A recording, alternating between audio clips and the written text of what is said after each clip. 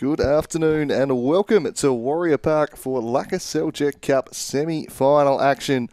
It's the Olympia Warriors taking on Launceston City for a spot in the final where the Glenorchy Knights await. It's going to be a very interesting clash, this one. The Warriors will come in as favourites, the home side here. City have had a pretty tough NPL Tasmania campaign, just the solitary victory. However, could they just form the Cup specialist narrative this year? They've already bumped off Devonport Strikers in the round of 16, then travelled down south to beat Hobart United in the quarterfinals. Two good Cup performances, and they'll be hanging their head on that. And a chance to salvage something from this season. Indeed, both these teams looking to salvage something after the Warriors fell well short of expectations in the league themselves. A fifth place finish well below where they are expected to end. Half the points of Devonport. The Cup is what they are targeting here. Both these sides seeking redemption in the Cup. And an intriguing semi-final in store here at Warrior Park. I'm Andrew Cooling. Joining me to call the action is Paul Hunt. Hunty, what are you expecting from this one? Well, I do agree with that. I think Olympia will be really out to show what they're made of, really. As you mentioned, fifth place, it'd be their lowest, if not equal lowest performance in NPL Tas over these years. It has not been the season that certainly I predicted going into it, and this is their one saving grace. Obviously, FA Cup in this year, 2020, so this is the last real prize on offer for them, and it's a trophy they have won in the relatively recent past, in 2017, so they do have good form in recent history in this comp, and I think they do go in as red-hot favourites on their home patch, on the artificial turf. Launceston City don't play a great deal on this kind of surface, but the one thing in Lonnie City's favours, I think, is the ground dimensions. They haven't been too bad defensively despite finishing on the bottom. I know it sounds strange, but there have been a lot of just 1 and 2 goal losses throughout the year, and this kind of compact pitch, if they choose to play a low block or play on the counter, it is a ground that is suited to that, two away sides. So I do think there is a bit, could go either way here, despite Olympia being favourites for mine this afternoon. Yeah, and a lot of aerial duels in games at Warrior Park, and two of their key attackers in Gerard and Ridgard are very strong, physically built players. We'll have a look at the starting lineups here today, beginning with the Warriors. A couple of changes to their lineup, but pretty much full strength. In net today, Elliot Hoisted, one of those changes. He's in for Darby Randall. Number 2, Adam Gorey, the fullback, has had another pretty good season. Came on later on in the season with a good run of form. Lucas Hill and Jake Vandermeer, the likely centre-back pairings. Lockie O'Connor will probably be at left-back with Gorey at right-back. Central midfield, you'll have Morabu, Mearns and Farrell. Pretty reliable combination in there. Plenty of experience. And up top, leading the line, will be Hammertime Hamlet, flanked by the Brown twins. It's probably about the strongest lineup the Warriors have put out all season. Austin Yoss relegated to a bench role today, and he's been very impressive for them. So with he, Mamich, Wadawu as attacking options off the bench, they've got some depth there. Ben Curtis if they need defensive coverage. Michael Moscow Giannis will be the backup keeper. That's the Warriors lineup. We'll move now to Launceston City, the challengers today.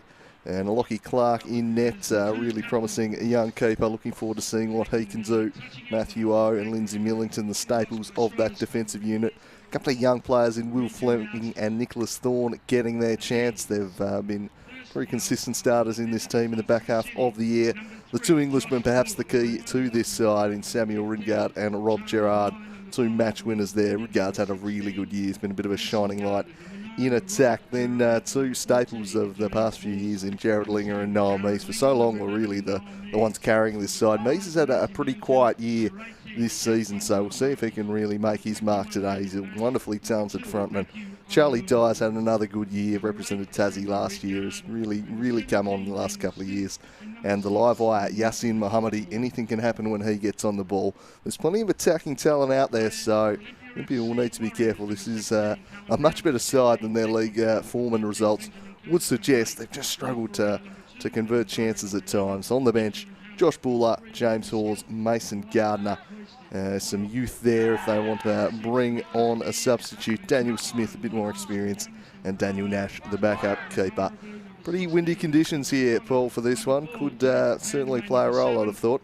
Certainly could, and that it's, as we were saying, nearly close to Olympia's best side of the season. That's pretty much Launceston City's first choice 11 as well, which they haven't necessarily had out on the park either. That partnership with Matty O and Lindsay Millington's come up quite well throughout the season. Obviously a different pairing to what we've seen in the past, and Naomi's been in and out of the side. But I do agree, Ridgard being one of the best players in the state, let alone one of the better imports that we've had managed to stay here during this COVID-19 pandemic. So I do think Lonnie City are in with a shout here, but as we can see, those Brown boys looming for Olympia as we are underway here at Warrior Park. The first ball forward from Gerard goes as far as Nick Mearns, who can't quite keep that one in on the far side. And throw in taken relatively quickly, and into the box is Fleming. Hoisted coming out off his lines to collect as Olympia got the new addition of the sails around the ground there. It's a nice wind barometer for everyone watching as well, as Leo heads that one clear. It's Thorne. Ball down the line from Linger. Can only find Luke Farrell. Hammer time Hamlet, his first touch of the game, sends a raking ball through to Gorry, and that'll roll out harmlessly for a throw-in the end. Thought that was going to end up as a goal kick. But good to see Hammer Time Hamlet back in the lineup. Have not seen too much of him all season due to injury. Same with Lachlan O'Connor as well at fullback. Yeah, they'll be delighted to be able to roll that out. And obviously their league hopes slipped away fairly early in the season. So timing this quite nicely and getting that attacking three of Hamlet flanked by the Browns. Haven't seen that this season a whole lot due to the injury to Hamlet, but it's got the makings of a pretty dangerous little front three, so we'll see how they go as Gerard switches the play here. City look to build down the right-hand side. Sends it long looking for Fleming, and he'll try get in behind O'Connor. He does so. He's overhit the cross, though. Doesn't really give Noah Mees a play on that one, and the veteran Jake Vandermeer takes it away. Coughed it straight up to Gerard. Rolls it in to Mohammadi. Back to Gerard with room to shoot, and he pulls the trigger. It's high and wide, but he won't hesitate to have a dip from range today. And the first shot in anger, sailing over the top. Might get a bit of rain in this one. Could be a factor at play. Well, the time they played here in the league earlier in the season, it was absolutely howling wind and rain that night. We were in danger of losing picture there for a while as well with the camera. It was getting pretty precarious, so hopefully it'll no doubt be a better day no matter what than that particular afternoon, as Farrell manages to get it forward. Launceston City winning the ball, and they're looking to play it forward very quickly. It's Fleming out wide to Charlie Dyer. Plays it back towards Mohammadi. Gerard starting a bit deeper here this afternoon. I've seen him play up top and as a number 10. Appears to be in a more traditional central midfield role, especially with Mees back in the lineup as Warraboo tidies up. Now the mountain, Lucas Hill. Searching ball down the flank will come to no avail. Warriors, you're used to seeing them playing out exclusively from the back there. They might be trying to catch out something they've seen in Lonnie City, or use the wind that they're back in this first half to their advantage, and might be looking to play a little bit more direct here this afternoon. There's a throw in from Linger. Intercepted by Hammer Time, and he's won the throw in for the home side. Throw in towards Brown. Lofted ball into the box, should be comfortable for Lockie Clark to take, and one of the easier takes he has of the afternoon. Gerard. Now Mohammadi scooting around Gorry. Keeping that one in for Dyer. He's got Fleming and Mees up ahead. Ridgard on the far side. Likes to drop it off short to Thorne. Linger bombing on from right back. Has 4 to aim for in the box, and cleared at the near post. Linger wants to see this one out. Not happening on this occasion. Desperate not to foul Brown. And Mohammadi Getting the return ball and rolling it. Lovely pass down to Gorry. Gets his head up, shapes the cross towards Noah Mees. It's just over him. Ridgard off the post. And he'll get another chance. Back stick. Cleared by Vandermeer. Pressure continuing to be built here by City. Gerard, low cross. Falls to Mees. Inside the box. Turning again off the crossbar. Well, Hellistead definitely got a foot on that one, but that is 2 chances for City. And only the woodwork and some great keeping them out. Oh, this is a tremendous save from Hoisted. He's done incredibly well to get that out. Tips it onto the bar. That is exceptional from a man. Hasn't played a lot first choice football this year. Had a rather shaky start last time I saw him against Knights, but boy, that is a massive save. And City have really started brightly here. They have come firing out of the blocks. They've got probably the strongest 11 they've put together all year, and they're looking good early on as this one's swung well away. Not the best delivery there. It'll be eventually tracked down by Matteo, who keeps it in. Rolled forward there by Thorne, but intercepted, and the Warriors will attack now through Hamlet, but just left it behind Brown. And City back on the ball. Mohammadi has a look up. Tries to jink inside. Well, Declan Brown couldn't do so. Mohammadi again. Reading that was Morabu. Cross to Adam Gorry. Punches it down the line with a ball for Ben Hamlet. Bodying up on him is the experienced Lindsay Millington. One of the best centre halves in the state is Millington, so reliable. And sees that one out of play. It's going to be a good battle between he and Hamlet today. But it's City who've definitely started the brighter of the two teams. Roger Hardwick would be delighted with the way his charges have come flying out of the blocks here. Mees flicked on, headed away by Lucas Hill. Some nice work from Linger.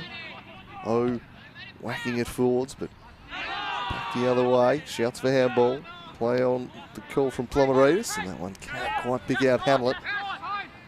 Mohammadi, as the line boots, will get down the line. Mees first time ball straight to Gorry. One back by Mohammadi, but reading it was Brown. Runs onto it, gets goal side of the keeper, and from the angle slides it across. And it's kept out and only just. And it is an end-to-end start to this one.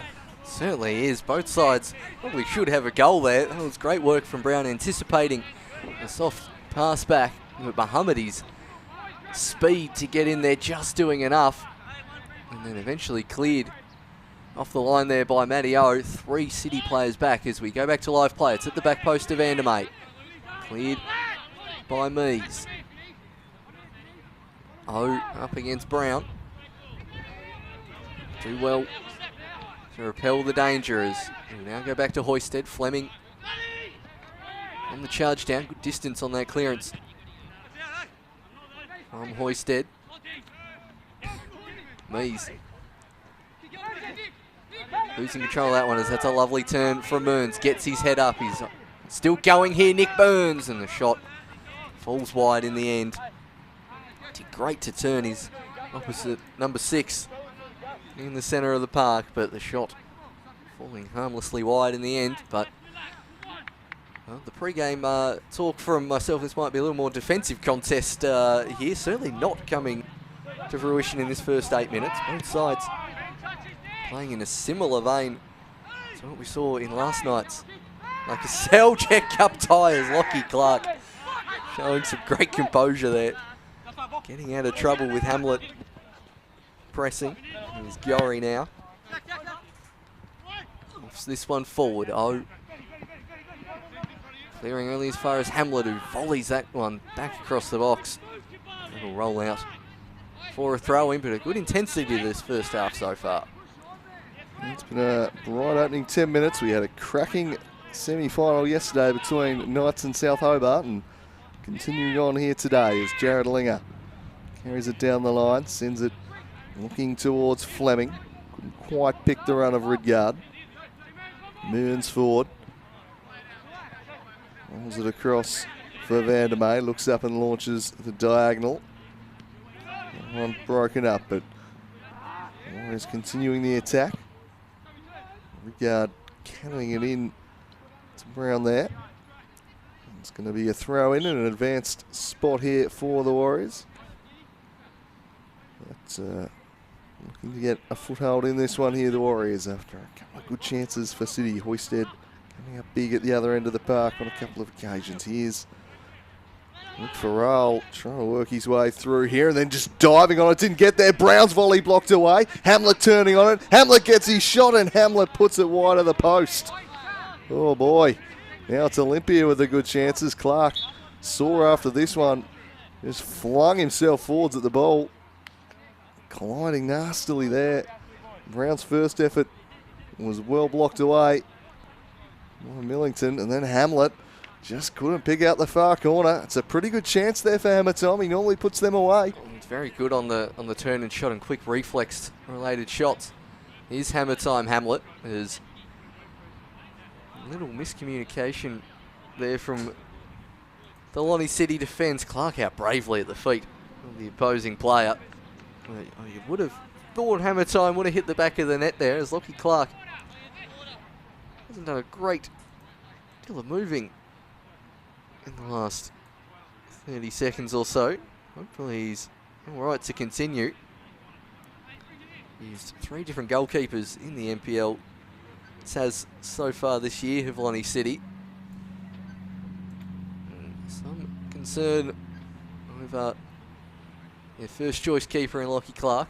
He's now getting back to his feet.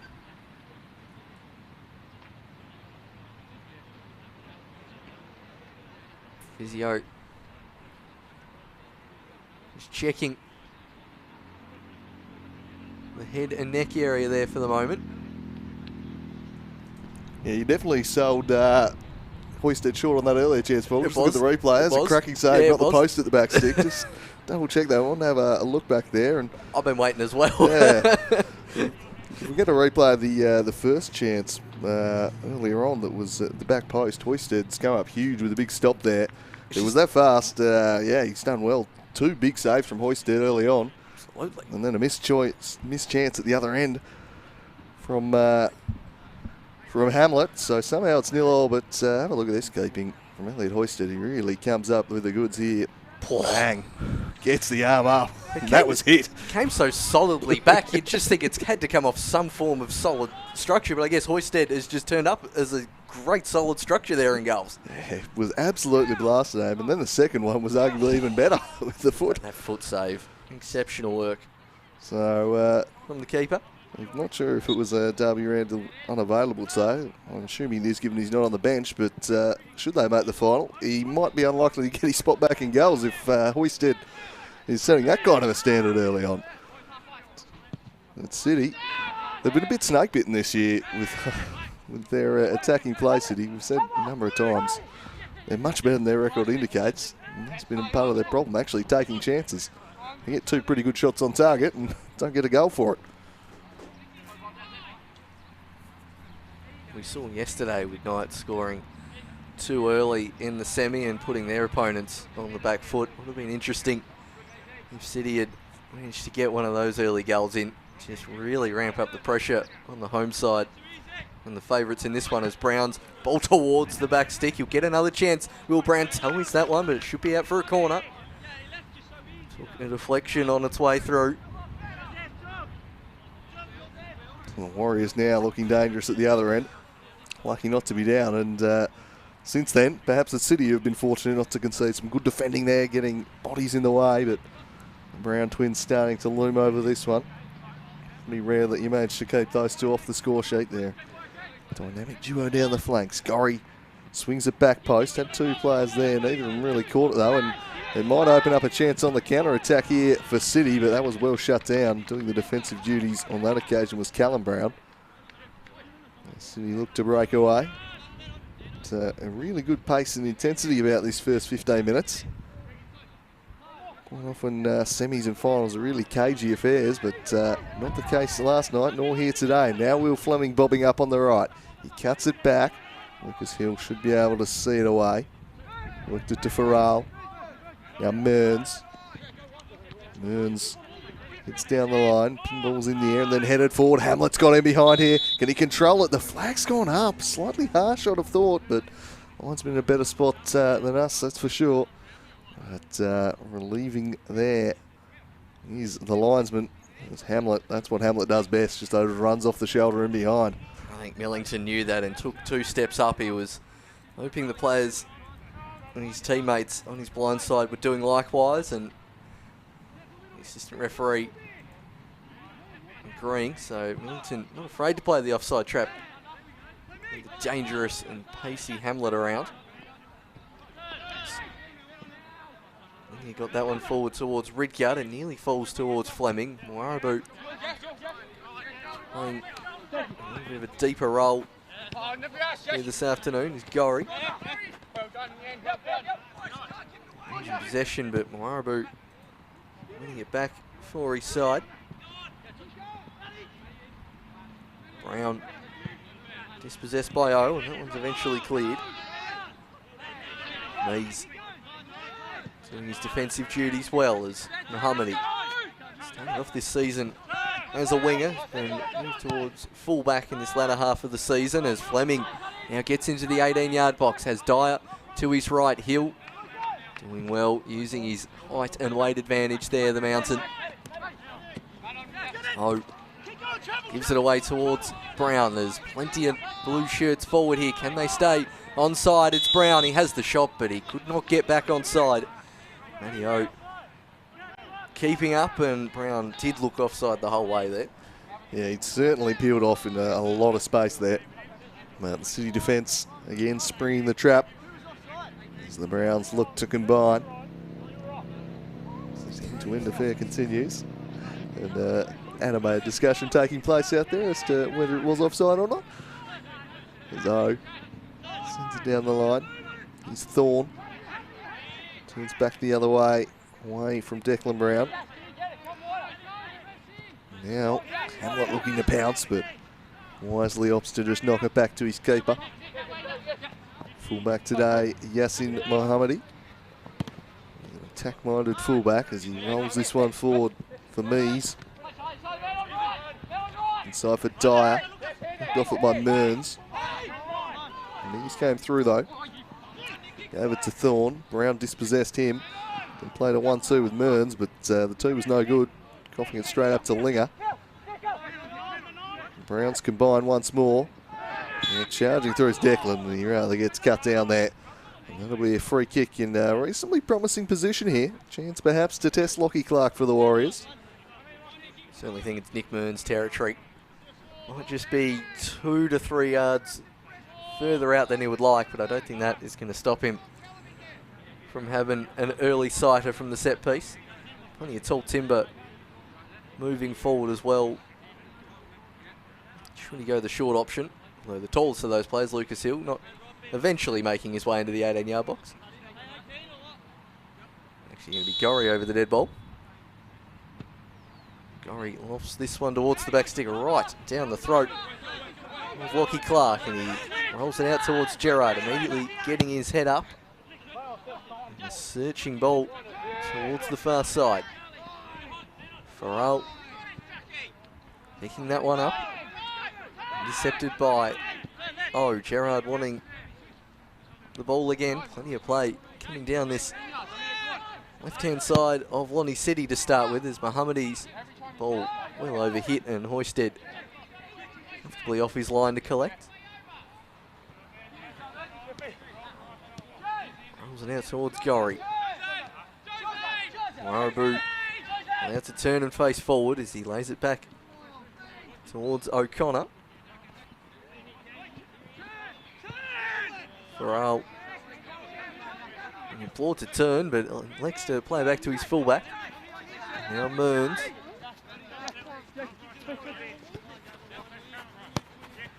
Bit more patient build-up here from Olympia, certainly what we're used to seeing from them throughout this year. And it's now turned over. Fleming lays it back to Gerard. Mees offering short. Now turning and running as Gerard's still going. Mearns on his back. Back towards Linger. Gerard, space. Play a pass towards Mees. Can't quite turn out of trouble. Can Meesy. And go back, and maybe Lonnie City sensing most of the players coming down this left-hand side, moving Sam Ridgard down this side, who I don't think I've had to say his name so far in the first 20 minutes. It's been quite a start for him. They've plenty of attacking play, but Ridgard quite been as involved as he usually is. This man has, though, his compatriot Rob Gerard. Quite the duo they are. Looks this one back to Mohammadi. It forward and winning a free kick there is the aforementioned Ridgard. Just asking for a slice of cheese to be dished out, but Pomeranians will be handing him out for that just yet. Let's present a reasonable chance. They'll take it quickly though through Mohammadi.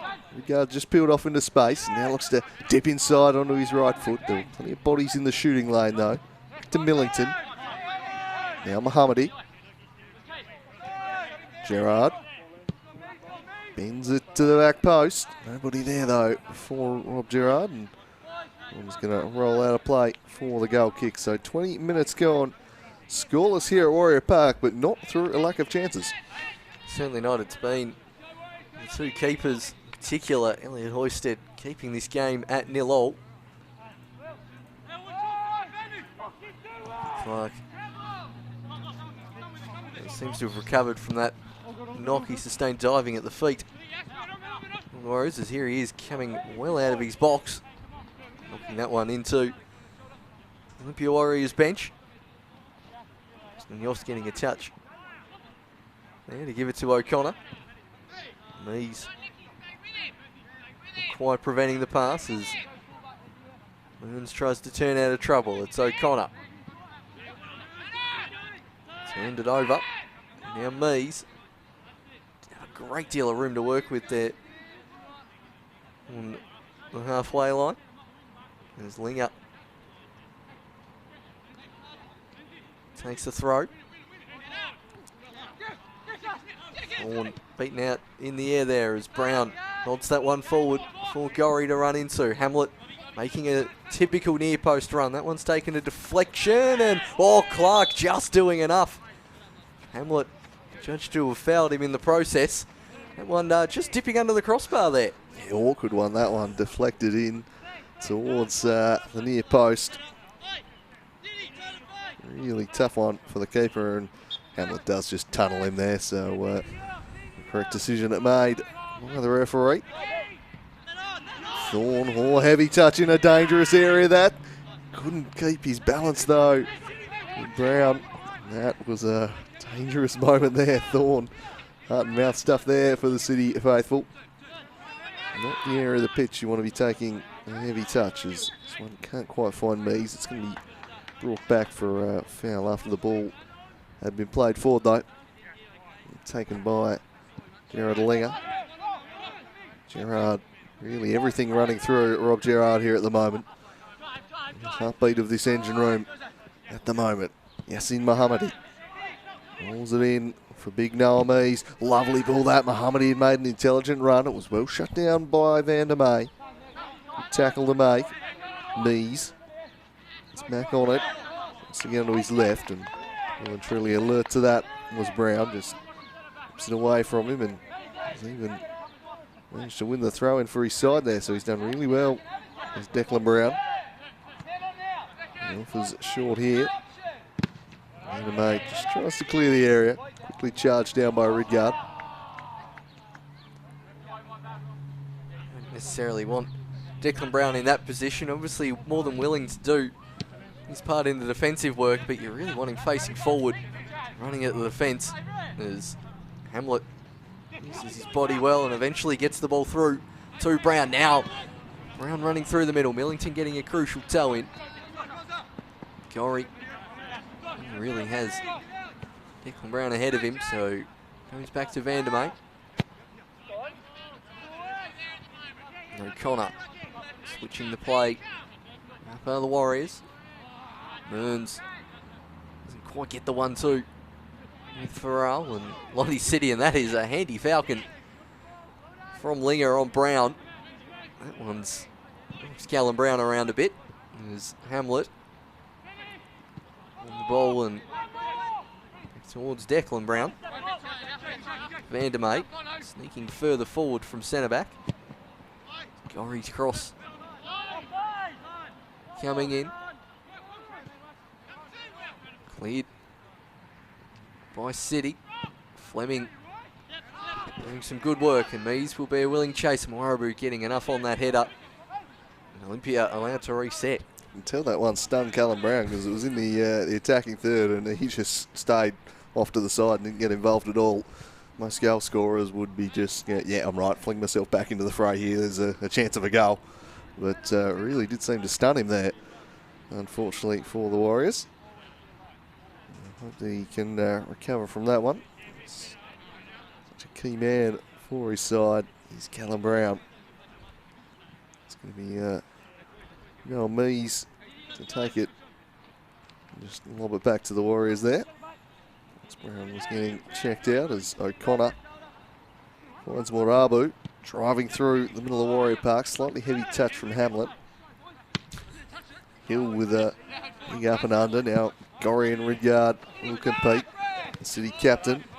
He might have used a hand there. Got away with it. Gerard now. Get around Vandermeer. It's a foot in there. City eking their way forwards.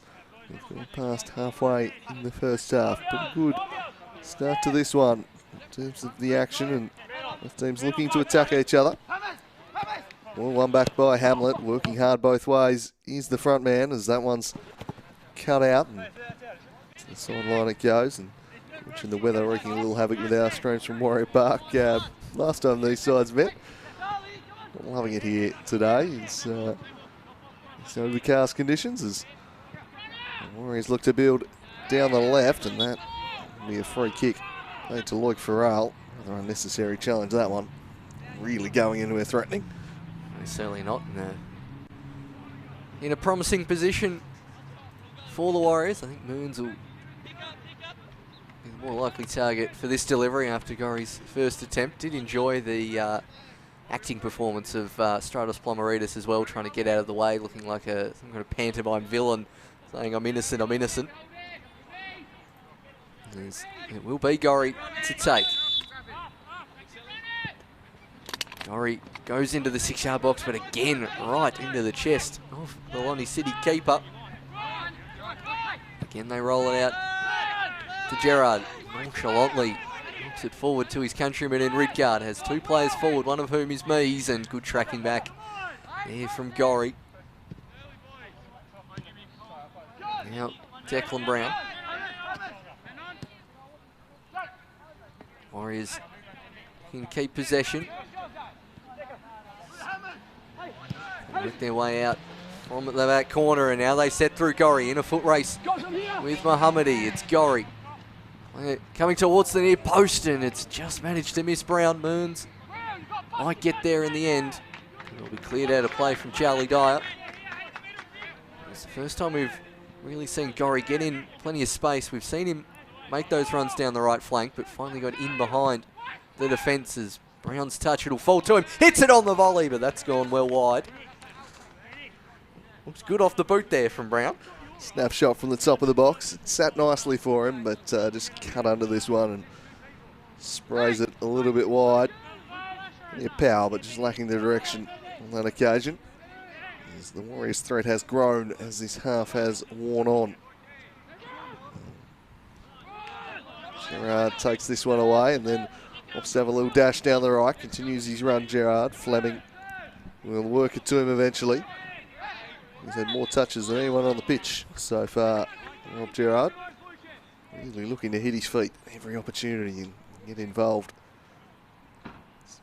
Just a few games in the NPL season. The team did have a tough run of injuries. Not quite been able to get that best 11 out there as often as they would have liked, but pretty well out there today. And putting up a good fight as Jared Linger bends this one into the box. Millington and Mees likely targets there. Comes back out, flinging himself dramatically at the ball. And the Warriors will take it away.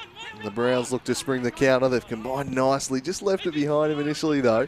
Now it comes back to Hamlet. Hamlet skipping round. Morabu chips it in. And you see defenders back there. poor clearance. It's whacked back in. Shot was well blocked. And again, just trying to chip it in, but no direction on that one whatsoever. As we arrive at around about the half-hour mark, it's the Warriors just starting to look a little more likely, I think. Yeah, certainly agree with that. Launceston City still getting Gerard on the ball plenty, but a couple of the other players starting to be a little more well marked and out of the game as Olympia City win the free kick and have the talisman down for the moment. Physio coming on again for City.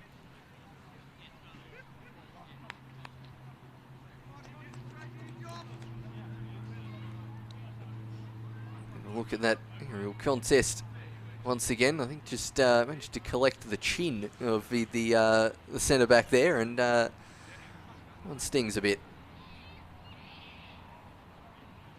So we might end up with a bit of stoppage time here at the end of this first half. Players now trotting over to take a drink. As Rigard checks on his housemate, Rob Gerard. He's back to his feet now.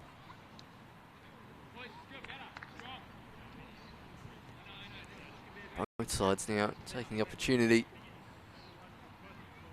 for the drinks break. It's Olympia City on the free kick from that situation, so can play on from here. City temporarily down to 10 as Matteo waits to take the free kick.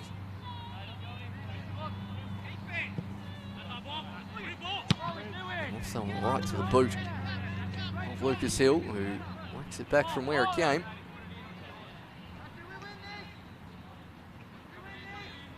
Throw in. Can't quite be controlled by Dyer. Mees comes in and wins the ball. Now the Warriors on the break. It's hammer time. Hamlet charging into the box. It's Hamlet getting it across the face of goal and not too far wide again from hammer time. Hamlet played too much football this year, got a few minutes into his legs before this big game, and he's starting to look up for it. Yeah, tough shot on the angle here, but trying to pick out the far post. Doing a good job covering the angle, and he couldn't quite squeeze it home, but a chance. Hamlet more capable of depositing it to the back of the net. Now Noah Mees looking to respond for City, broken up by Morabu. Lucas Hill. First time Flick looking to get Gorey involved. Steadies it down, then slides inside. 5 numbers forward here for the Warriors, including Hill, who rolls it to Brown, who crosses dangerously to the back post. He couldn't quite find his twin brother for the finishing touch, but he wasn't far away. They're just starting to knock on the door. Into the louder here, Olympia. Starting to feel the pressure being dialed up a little on them. This quality Warriors attacking lineup goes to work. Oh, Brown shrugs him off. Good save, Lockie Clark, and then keeps out the second effort. He's off balance, off to palm away rather than catch. Probably the right option in the end. Hamlet.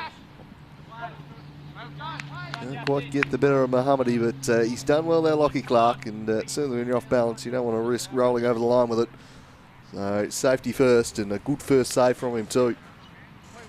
Certainly the way his body position was for that first save. If you catch it or want to put it in front of you, liable just to drop it at the feet of the striker, because that one's cleared only as far as Brown, who gets it on the volley and hits that one nearly onto the highway. Into the top rail there, but the Warriors starting to dial up the pressure. Olympia City getting forced deeper and deeper into their own half. It's really good to see. Hammer time Hamlet buzzing around the pitch again. Can make a real difference for a side, and as we know, obviously loves the cup competition, as Van der May coming across and gets it towards O'Connor. Out wide towards Farrell. Now Mearns, Gerard just clipping him on the heels there as he was trying to get the ball. Quickly taken towards O'Connor. Declan Brown. There's Gorry on his outside and goes in that direction.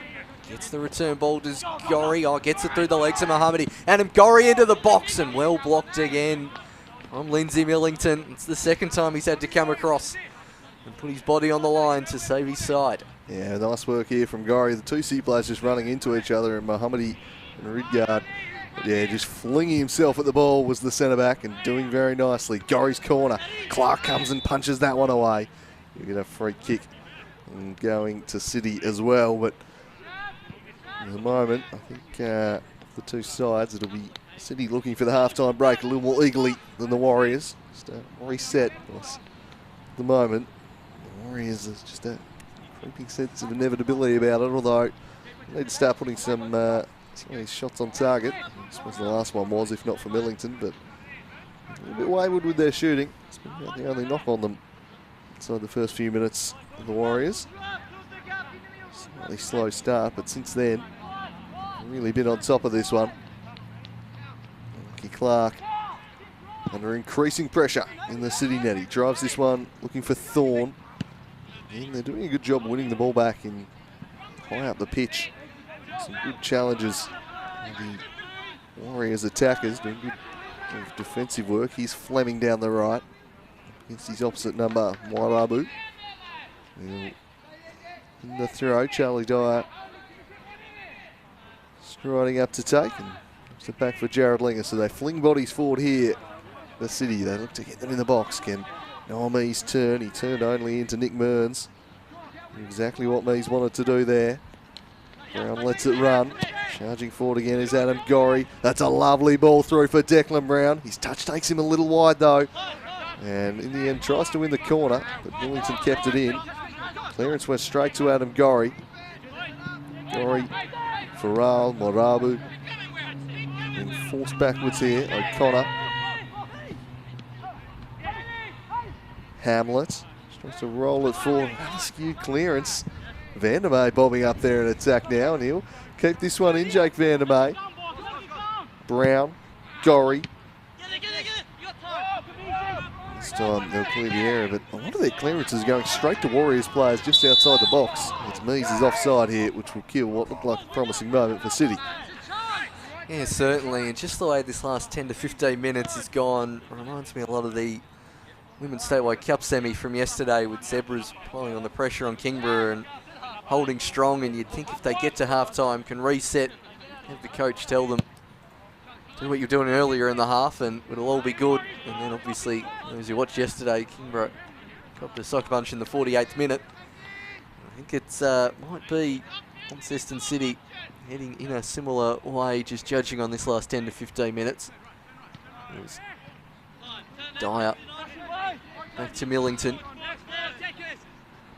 Mohammadi, who haven't seen get too far forward of late, and Thorne getting that pass, and now turning is Hamlet and nearly sliding it through towards Brown. He gets the ball back. Does Hamlet, gets his head up. He's got Brown on the overlap. Another block from Millington. And they're going to pull back for a free kick towards Hammer time, Hamlet. Right on the edge of the area. And that looks like about 18.4 yards where Plomaritis is pointing there. For handball? Or is it for...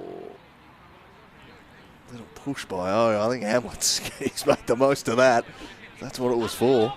Yeah. Hung himself a bit dramatically there, did have a time, but he's won a free kick in a very good position. And it looks like he's going to step up and take it himself as the red wall is just erected in the middle of the box here. So, Ben Hamlet, what can he do from the free kick? He steps up and drives it straight into the wall, volleys the second one. And that took a little deflection on its way wide of the back post. Another corner. The shot count continuing to mount here for the Warriors. Hamlet just blasted this one low right into the middle of the wall. Now that would have stung, I reckon. But you'd be feeling that one. A couple of centimetres lower and it could have been worse. Yeah. There's Adam Gorry. Just chips this one right into the mixer. And it's a confident collect from Lockie Clark. Strong in the air, and he sets them off immediately. Noah Mees Sends it down the line. He spied Fleming in space. It's a good ball for Fleming. He's got Ridyard further ahead. He's cross-charged down by Morabu. Hoisted. No free kick. Play allowed to continue. Just got a bit of a mix-up there with his teammate. Not sure if there was a clear shout either way, but miscommunication really leaves some trouble at the other end. Yeah, Hoisted charging out of his box. Warraboo quite on the same wavelength, but crisis averted for the moment as Ridyard turns around too and now gets past a third. Tries to lay it off towards Fleming. He's also there. It'll fall to Gerard as Mohammadi making a run wide. Mohammadi getting it back to Gerard. Mees and Ridyard waiting. Goes short to Thorne. Mohammadi can't beat the first man in Vandermeer. Williams looks up and wants a teammate. Has Brown. Hamlet. Brown further forward and goes to Callum Brown. On the far side, trying to go around the outside is Callum Brown. That's a handball. Don't think he's going to get it. Will get the corner, but he really wanted a little more there. Jeez, he was animated. I don't think we're going to have a particularly good camera angle to see this one from our side of the ground. But I think a quick message to Walter or the stats man on the far side there. They clearly had the best view in the house. Yeah, Walter and Benny would be all over that one. Those two would know. But certainly Callum Brown was vociferous in his appealing that he should have had the spot kick. Anyway, only a corner, and Gorry again kills it in near post. Ridyard across to deal with that one. They're holding on here, the City defence. They've got another 4 minutes left. A couple of minutes of stoppage time too. They do well to get into the break. 0-0 at the moment. That shot count continues to mount. Hamlet. Slalom through. Throws himself to the deck and wins a penalty. Ben Hamlet draws the spot kick decision. The City defence are furious. Well, I'm not sure how much contact was there. Hamlet was certainly looking for it. And we'll have a look on the replay. Sandwich between a couple. He goes right between the two of them. Minimal contact for mine. He's looking for it, but he's got it. I mean, he is in possession of the ball. He's trying to charge through the middle, and they did shut the wall and not get the ball, I guess. But whether they were, yeah, it's a tricky one. And there's no obvious swinging leg type challenge or slide challenge. It's just a basic kind of block, but. We'll see what Vandermeer can do from the spot. He steps up. Oh, Lockie Clark nearly saved it, but it's in the back of the net, and Vandermeer has put the Warriors 1-0 up. Well, converting from the spot, pretty reliable from the penalty spot is Jake Vandermeer. He steps up, opts for power. Clark guessing correctly. It was hit well. Just got a fingertip on it, not quite enough. He looks to the heavens in despair. He knows just how close he was to keeping that out. But it's the Warriors who take the lead. The sound of Francis Callan's horn rings out around Warrior Park. And the home side get their reward. They have been knocking on the door for the last 20 minutes. They've won corner after corner, fired off a number of shots. And they get the lead to show for it just before the break. How will City respond? They want to get back on the attack here, but it's broken up by O'Connor. Yard works it forward. Very similar to yesterday's Women's Statewide Cup semi, as you mentioned, Paul, including the sucker punch right before the break. Sorry for putting the moz on you there, Launceston City. Yeah, I did think initially Lockie Clark got enough of a hand on that to push it onto the crossbar, but the Warriors, again, searching for a second before the half as Brown still battling away for it is Brown. He's still going, and eventually Mohammadi clearing that one and getting contact afterwards. You talk. Half time will surround that penalty decision. Launceston City. An uphill battle ahead of them. Been great on the road this season. Clark pushes everyone up. Mees Gets it towards Ridgard. Mearns on his back, and Ridgard wins the foul. Use this as an opportunity to get Millington another tall timber forward. Here's Millington striding up.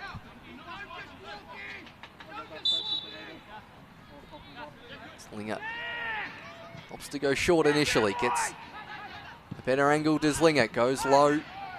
Can't quite find Dyer, and that one emphatically cleared. Clark composed in goal as O sweeps it forward towards Gerard. Should go the way of the Warriors. We tick into stoppage time. The fourth official's board about to come up.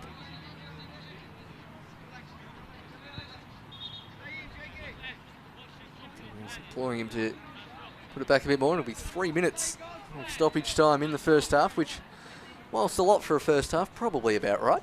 Yeah, a couple of stoppages for a couple of nasty knocks. I think it's about right. The penalty in the goal there seems appropriate, as O'Connor will just wait a second here.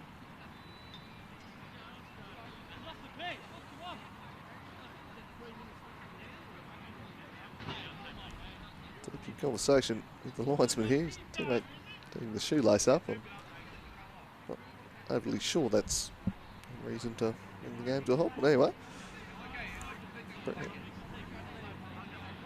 Luke Farrell will eventually take the throw in. The time wasting well in effect here from the Warriors as they look to head into half time with a 1-0 lead. They'll be quite content to go into the break with the scoreline in their favour. Free kick paid here to City, and I wanted to take it quickly. Nothing quite on here. Ridgard, who just chips it up over the top. There's a handball against Gerard. Bring it down with the arm. Warriors through Lucas Hill. He's knocked this one forward. Into the corner, headed back inside by Brown. And now the offside flag raised. He'll stop-start this. It's a real scrappy last 2 or so minutes. It's like being permanently in kind of a VAR world of just constant stop-start here at the moment. There's O. Makes that one clear. Mees getting the flick on, cleared by Hill. Mees dropping back into his own half. Now Mohammadi towards Fleming. Brown gets a toe in. Hamlet staying on side, and Mearns is holding up the play for a moment. Peeling off towards the left-hand flank. Linger following the run. Just out of reach of Gerard, but falls towards Mees. At the moment, none of the through balls for City necessarily finding their intended target. So we should only have about 30 seconds left here in this first half. Warriors 1-0 ahead as O'Connor launches that one down the line. Ridgard. No one forward there, and Hoisted, who had to come up with 2 humongous saves in that first 10 minutes, hasn't had a great deal to do since. Yeah, City came flying out of the blocks, and 2 top-class saves. It could easily have been 1-0. But since then, the Warriors have really worked their way on top of the contest, and went through slightly controversial circumstances, have got their lead to take into the break. As we've ticked past the allocated 3 minutes here, so the half should be pretty imminent. Thorne looks it for Dyer to give chase. Van der May very solid in defence, and he just escorts that one out of play, which might just about do us for the first 45 here at Warrior Park. Lakoseljac Cup semi-final. The winner to meet the Glenorchy Knights in next Saturday's decider. Mohammadi skips past one. Now Dyer squares it back. Thorne, Mohammadi. Oh, gets past his man, Mohammadi. Couldn't get past the second though. And that's smashed away, and that will do us here for the first half at Warrior Park. Pretty gripping first 45. That was a real end-to-end affair. City had their chances to take an early lead. Unfortunately, couldn't convert them. That's been the story of their season, really. Although the Warriors really did get on top as the half wore on, and a one-goal lead to show for it. It certainly was, but in that first 10 minutes, City really threatening, came out with great attacking intent, 2 huge saves from Olympia Warriors keeper Hoysted really kept them in the game, and then gradually, particularly after about that 15-minute mark, Warriors plenty of shots, plenty of corners, and eventually the pressure paid off with a penalty converted by Jake Vandermeer, one by Hammer Time Hamlet. But still, really could be it for either side, I think, here in this second half. City actually coming from behind, not been a feature of their season, but only 1-0 down in the cup, still certainly in it with 45 minutes to go. I'll leave you with the highlights. As we see, the moment of controversy, the City defenders were pretty emphatic in their appeals. It was a dive from Hamlet, but it matters not. He won the spot kick, Vandermeer converted, and it's a Warriors. A goal to the good at the break. Stay tuned, we'll be back in around about 15 minutes time.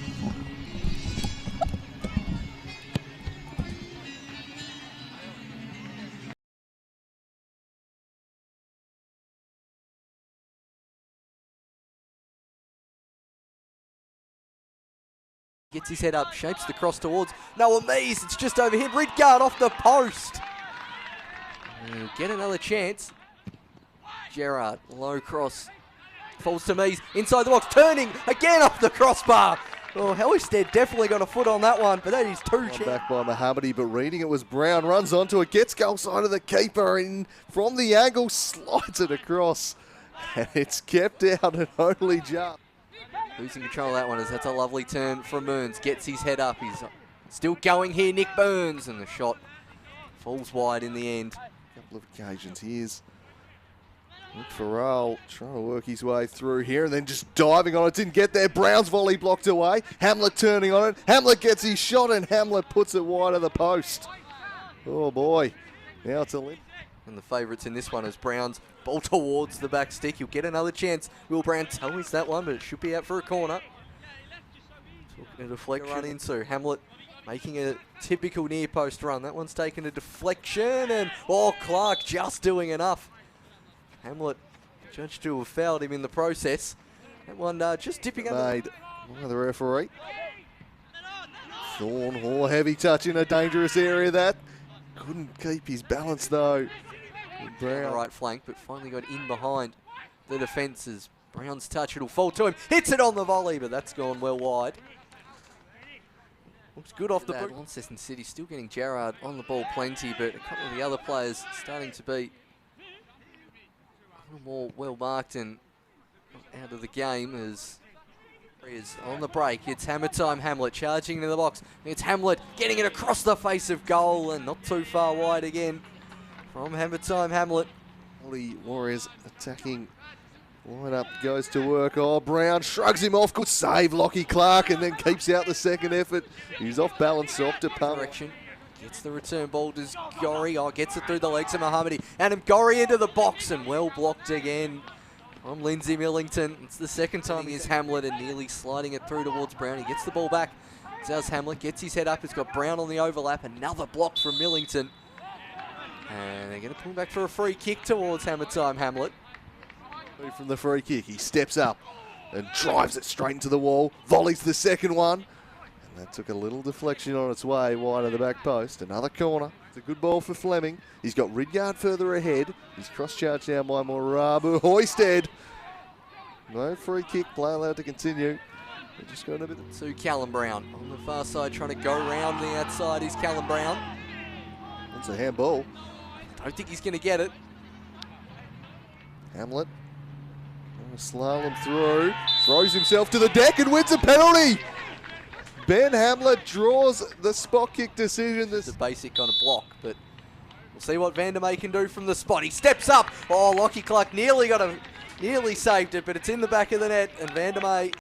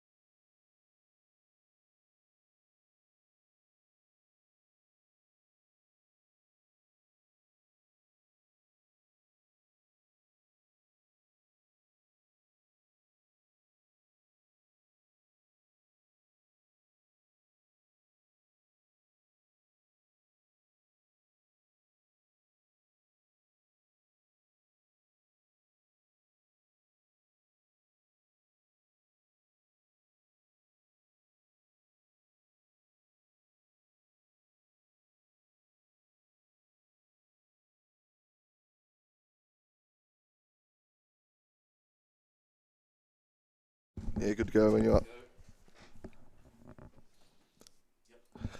And we're back for the second half here at KG's Love at Warrior Park even.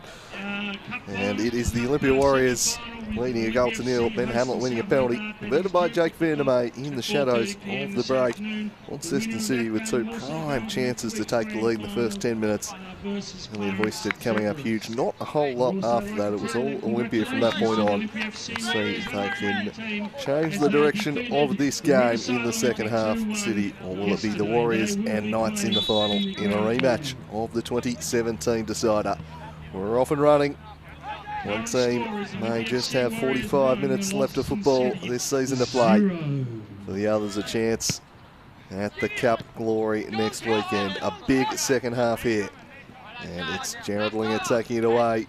Callum Brown sends it down the line, flicked on. Bright start this as Fleming gets in behind. Crosses to no one there. Had absolutely no one in the middle anyway, but just the sun creeping out from behind the dark clouds too for this second half. It's something, it was a little bit of light showers expected later this afternoon. The wind still relatively strong out there, but good to see. Conditions still wonderful for football as Mohammadi keeps the ball away. Moarabu plays a searching ball in the direction of Callum Brown. He's going to hit this one with the left peg and into the bottom corner. That makes it 2-0 to the Warriors. Brown, with the first real shot in anger of this second half, has doubled the advantage. It's a dream start and a goal either side of the break for the Warriors. They're 2 goals to the good. City with a massive task ahead of them now. Just a lovely ball over the top. The touch took him into space. And Clark might feel he could have done a little better, but ultimately just beaten by power, I think, there from Brown. It's a great finish. He took the touch, he took it in the box, and bang, picks out the far corner. Olympia 2, Lonnie City 0. And that really, really changes the complexion of this one. It's going to be mighty hard for City now. Callum Brown, their star recruit, getting the job done. And suddenly, it's City who would have come out thinking, get one goal, back into this one, get back to playing the way we did in the first 10 minutes of the game. What a blow to the psyche that is, Paul. Yeah, it certainly is. They were holding on towards the end of that first half, conceded the one after Olympia had plenty of possession and territory. And you'd like to have, at minimum, held on early in this second half as Ridgard tries to make something happen. He's been well marked out of the game by the Warriors' defences. Another ball over the top towards Callum Brown. He gets his head up, spies a run at the back post, but just out of reach. Well, Declan. And that'll roll out harmlessly for a throw in. But really, the Warriors can just sit back, use the tighter confines of Warrior Park to their advantage. Break with the Brown brothers and Hamlet up front. It really is a tall order for Lonnie City if they're to get back towards a draw and force extra time. But here comes Brown, jinking back onto the right. It's Brown again, and right into the safe, grateful arms of Lockie Clark. Hit right at the keeper. That could have been 3. Yeah, they've come flying out of the blocks here, and they're so well suited to teams having to attack them, Olympia. They've got so much pace in that front 3 with the Browns and Hamlet. And if City push up in search of these goals, that's going to open up the space for them to manoeuvre in. We saw that goal just after the restart. Just a long diagonal, Brown one-on-one, burnt his marker off. And they're looking to really take care of business early in this second 45 of the Warriors. Come out with a real intent about them. Looking very sharp as this one's chipped into the box. It's a good ball. It's lobbed over the top from Brown. Side netting only. Not far away. It's a good option to take the chip on. Nearly 3-0, and City just need to wake up here. They've not come out of the sheds. No, you sometimes think when these teams make the road trip, they don't quite come off the bus. Well, they've come off the bus pretty well in the first half and then just haven't come back out of the sheds. Have City, they probably should be 3-0 down already at the moment. There's Mees handball as he tried to control that one. Hardwick showing his frustration there in the technical area. Sweeping ball once again, finding Brown. Callum exchanging a 1-2 with Hamlet. Press there from Mohammadi, but Farrell manages to keep possession, and now the Warriors go all the way back to their keeper. Instead, one's come off a Lonnie City player and out for a throw. I think the Warriors now through Hamlet. Millington clearing that one, but it's taken a touch off Hamlet's arm as he looked to almost charge that one down with the forearm there.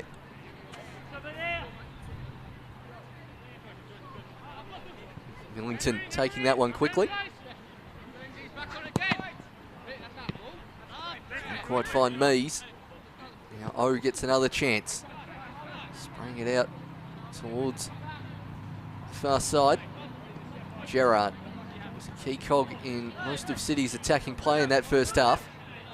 Referee doing a good job to get out of the way of that one as it rolls into the Warriors bench. Interesting to see with this 2-goal advantage if they decide to bring those younger players who we've seen plenty of in the PL Tas so far this season, and Warren Radawa, of course. Yeah, I mean, Austin Yoss, last time he played against Lonnie City, had a day to remember, just dobbing one from the centre circle, if you don't mind. So, we'll see if he comes on. Incredible goal, that one from Yossi. The cord didn't get pulled out. Fortunately, it was just the streaming one, and we've got that one. Didn't cop the Tommy McDonald wonder-goal treatment. The camera just completely failing, so we were able to watch that one back, and what a strike it was from Yost. And Mamic has also impressed me in recent weeks. Another one of those youngsters you mentioned. He's shown a bit coming off the bench today, perhaps, the young frontman, but look, pretty tough to break in to the Warriors attacking Trident at the moment of the Browns and Hamlet. And just opting for perhaps a slightly bigger body, a bit more seniority in midfield with Mearns, Morabu and Farrell in there today, rather than the more attack-minded Yost. There's the Warriors again on the attack here. Declan Brown on this occasion, bending it back, but not enough. Out of play for a goal kick. City just need a spark from somewhere. Something, a moment of inspiration. Something similar to that Yost goal, just something out of nowhere really to get them back to life, because the Warriors really picked up where they left off. Looking even more threatening. Clearance skewed away. They're just struggling to string passes together at the moment. Lonnie City on the bench as well. They got attacking players. Josh Boy, who's scored plenty of goals in their youth sides in recent years, is now Hamlet trying to get on the score sheet. Trying to get around Millington, who's charged the initial cross down. Hamlet still with the ball. Farrell just waiting on it and didn't sense Fleming coming. It'll now fall to O'Connor. Mearns going to play it between two City players, and now it's Gerard. Out towards Fleming, just has got Mees up ahead. And he goes in that direction, and what a save again from Hoisted. Second attempt, saved again.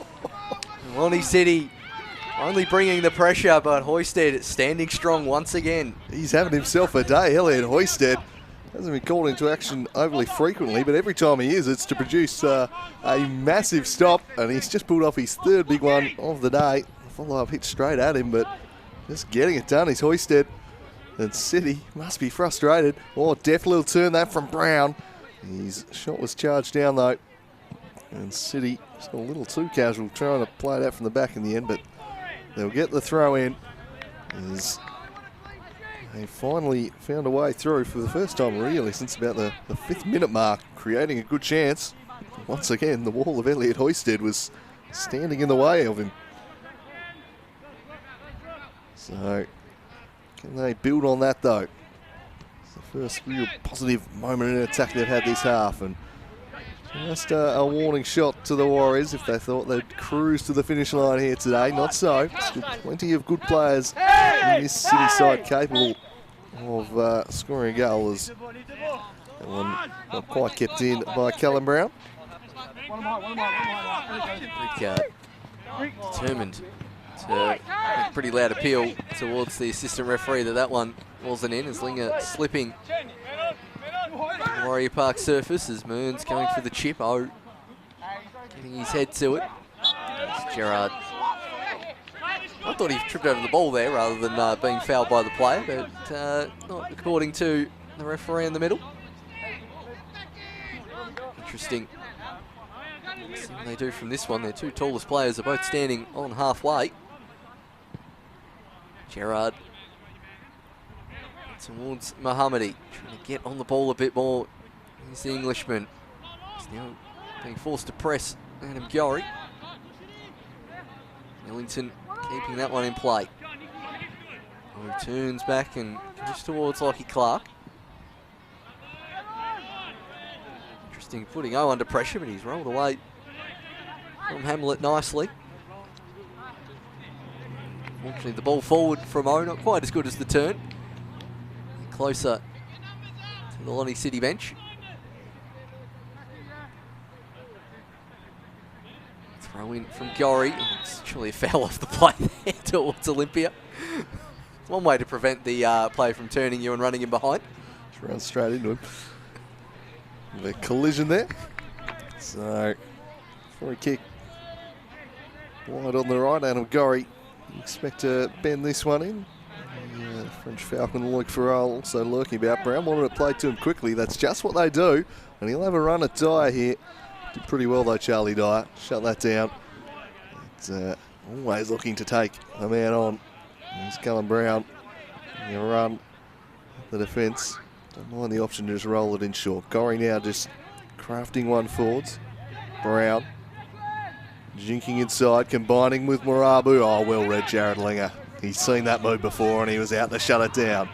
Can't spring the counter-attack though as the Warriors win it back. Morabu sends it in. Millington thought he had more time than he did. Hamlet. Oh, Jared Linger again. Two big challenges from Linger in the last 30 seconds. And he saves the day there. As that one looked pretty threatening there for a moment as he turned inside. But there was Linger again. Who's done quite well reinventing himself as a fullback this year. Looked pretty natural there in that position as Jared Linger. He comes from a pretty good futsal background, so certainly a real skilled player, but he's done pretty well in a defensive sense as well. There's Hamlet committing a foul earlier. That relieved some pressure on Lonnie City, but the Warriors back at it through Van der May. That one further forward out towards Brown. Declan Brown can't quite get that first touch right, but it does fall towards Gowrie, who's towards the back post. Linger getting a good shout from his keeper. One whacked clear is O'Connor. Ricard coming in is Farrell. Yep, towards Moarabu. Chip ball from Gowrie. Robbie Thorne, he gets his head up but doesn't have a great deal of options, and then a really heavy touch. Won't see his team put under pressure as now Brown going around the outside. Brown with the shot, and that one rolling harmlessly wide for a goal kick. As we tick close towards the hour mark, and Lonnie City, they've looked a little better in this last 8 or so minutes, but still a massive mountain to climb. Still needing to find a couple of goals here, as this one's kept in by Brown. Does well, works it back to Farrell. Morabu. Oh, well broken up by Mohammadi. Read that intelligently. Did Yassin Mohammadi. He just holds it up to wait for some support to arrive. It does in the form of Dyer. Shifts it across to Thorne. Strong challenge that from O'Connor. Won the ball. Slid through rather ungainly. Won the ball again though. Then played in Brown. He looked to cut it back. He had two men in the middle. And that was the most crucial of interceptions there, as they avoid being picked apart on the counter. Ridgard now combining with Mees. Tried to play the return ball but didn't quite catch all of it. O'Connor. Oh, Mees. If he's onside, this could be dangerous. He's timed it well here, Ridgard. He cuts it back. Hoisted again. Shuts down the cross. Well, he's had a fine game, Elliot Hoisted. And if Randall is available next week, I don't think he'll be displacing him, that's for sure. He has absolutely made the most of this opportunity today. And he shuts that one down too. Really great save. It was Fleming running in towards the penalty spot. Ridgard, first time we've really seen him get behind his Warriors' defence all game.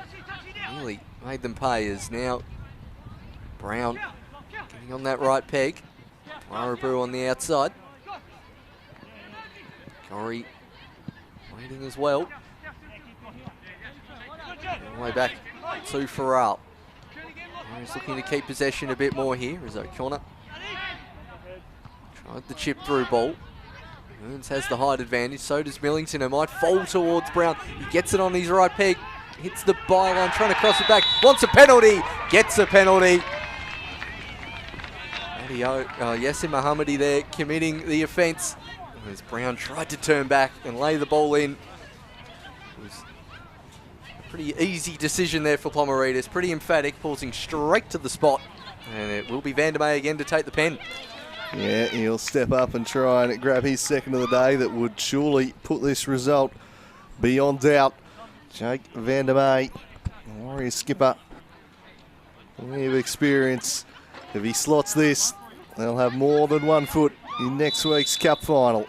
It's Van der May v Clark. It's Clark with the save, and he keeps City alive. He gets down. It wasn't the best penalty from Van der May, but Clark read it off the boot.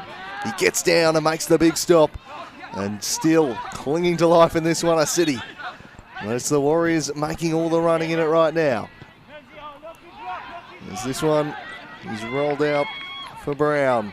Rolls his foot over it, steadies it down. He'll want to get onto the left. And Gorry. Callum Brown.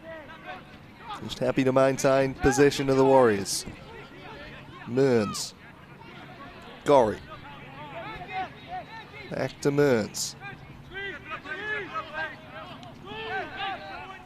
Hill to Mearns again. Loic Farrell.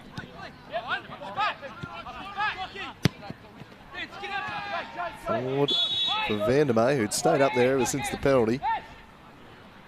And it's going to be City's ball. So Lockie Clark has kept them in this one. But they need to start doing some stuff up the other end of the pitch as well. And they'll look to the bench to try and spark just that. The end of Yassin Mohammadi's day coming on for him is Mason Gardner. Lonnie City need to get a touch of the ball after Lockie Clark made that save and Ridgard's clearance. A good minute and a half past where Warriors calmly keeping possession and didn't really get a touch. They need to get it up the other end. And that one won't find a teammate either as offside from that header from Mearns. Still City in with a chance. Is this one now down the left-hand side through Gardner. Back to Dyer. Charlie Dyer can't quite do anything with it as Hamlet now. Going towards Gorry. He'll get there in front of Millington and then slips over on that far side does Gorry. Dyer turning. Crossfield ball in the Mees direction. He's onside, is Noah Mees. 2v2 here for City. Tries to jink inside and Van der May knew that was coming the whole way. And plays a delightful ball up through to Mearns. Plays an equally delightful ball to Brown. The chip is on here, but he'll go the shot. It's Brown to make it 3! And that is the Warriors' third.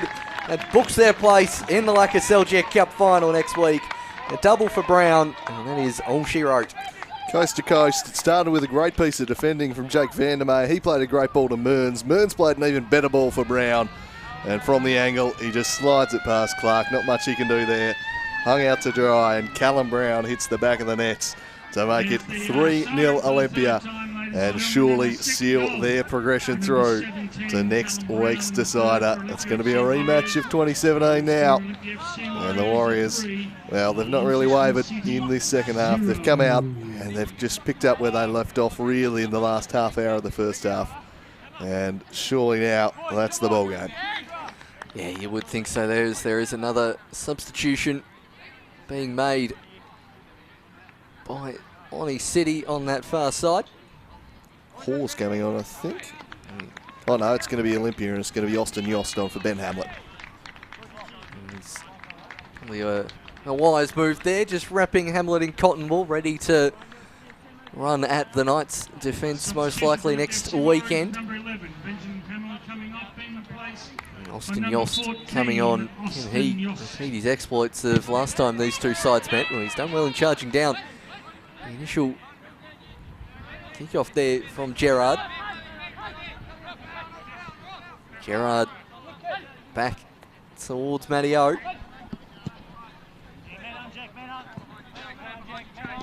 Corner leaving that one for Vandermeer. Hoisted just having to whack that one out of play. Safety first.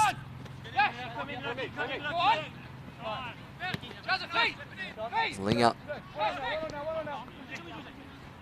Thorne. Just all the blue shirts around him there in the centre of the park as O'Connor mops up. Warraboo can turn and get his head up and leaves the ball to an on-rushing Gorry. He's well spotted on the far side. Gorry charging into the box. Has a shot at him. Gorry! 4 to the Warriors. Another blistering counter-attack from the home side, and this time Adam Gorry getting himself on the score sheet. Party time at Warrior Park now. They know they're through, and Adam Gorry just raw pace here, just charges into the box. The defender, former winger, I think he enjoys a goal, and boy, did he bang that one home. Smashes it into the far corner, and City's heads have dropped now. They know it is their season over, and it is the Warriors comfortably through. It might have been a different story if not for Elliot Hoisted, who's come up big at the other end. But the Warriors, on the balance of play, have been far too strong here and really putting it on the scoreboard now. They're disappearing out of sight. And, well, it's going to be the same matchup in both the 20s and the Lakoseljac Cup final. So both Knights and Olympia will be delighted with the way things are going there. Big day for two historic Tasmanian football clubs as that lofted through ball will fall towards Brown. Lovely first touch, rounds the keeper, makes it 5. This is turning into an absolute rout for the Warriors. It's just a procession. Go forward, score. This is getting very alarming for Launceston City. Their defence is just being unlocked all too easy. Over the top, Brown just drifts in. Bang, easy as you like. They simply can't seem to track the runners at the moment. And Callum Brown, or was it Declan on that occasion? Declan on that occasion makes it 5. And this is getting very, very ugly indeed. They've scored 3 goals in about the last 3 minutes here. I think that's Nicholas Thorne coming off for City as well. And I think that's Dan Smith that's come on. And another sub there. Going to take off one of the Brown goal scorers. It's Callum coming off. And I reckon Mamich is the likely coming on, and it is Anthony Mamich coming on. Yeah, don't mind that approach. Callum Brown, Ben Hamlet, make sure they're right for next week. There's absolutely no use in keeping him out for these final 20 minutes now. It's job done. And 5-0, Ridgard with a lovely touch there. Can Ridgard pull one back here? It's Samuel Ridgard. Couldn't quite bend it back enough. It would have been a spectacular goal. But it remains 5-0 and a pretty bleak old day here at Warrior Park for Launceston City. Ridgard trying, and it just couldn't quite kill it enough. But their defence has unfortunately just capitulated in this second half. It's been all too easy. It has. I mean, for that last goal, I'll be honest, I was too busy looking at some stats to say something about Adam Gorry, and then the chip through ball comes over, and that's how quick they're doing it as Mamich trying to get that one under control. Just all too easy. It's been just 2 or 3 through balls that have caused his last couple of goals as Warraboo gets himself forward. And Gorry on the far side. The chip ball over the top. This time it'll fall towards Yost, who's got Mamich up ahead, but roll out for a goal kick. And yeah, just looking at Adam Gorry, it wouldn't necessarily be a Lakoseljac Cup final without him. Appeared in 3 of the last 4, about to make it 4 of the last 5. It's a man who loves the big stage, Adam Gorry. Yes, he's obviously been had some pretty successful teams in his time. Devonport, South Hobart, now Olympia. And when you are arguably the best fullback in the state, you tend to have the big clubs vying for your services. And he gets himself on the score sheet here. And going to be a massive game next week. There's every chance he might have Geoffrey and Koso running at him. And boy, was Geoffrey, presuming he can walk again after yesterday, after he ran himself into the ground. The young man cramping up so badly, but geez, he was unstoppable yesterday. And that's a tasty matchup, that one. Koso v Gorry. There's going to be some good matchups out there. And the Browns up against Schmidt. Going to be some great wing versus fullback action at KG5 next week, that's for sure. Yeah, I had Brown v Bowman lined up there. It's a great matchup as well. And then seeing what Alex Walter can do against another former teammate of his in Oscar Thomas and Harrison through the middle as well. There's going to be some great attacking firepower on show next week at KG5. But can they make it 6 for the Warriors? The cross goes in towards the back post and a foul given by the referee. Millington getting his head to it.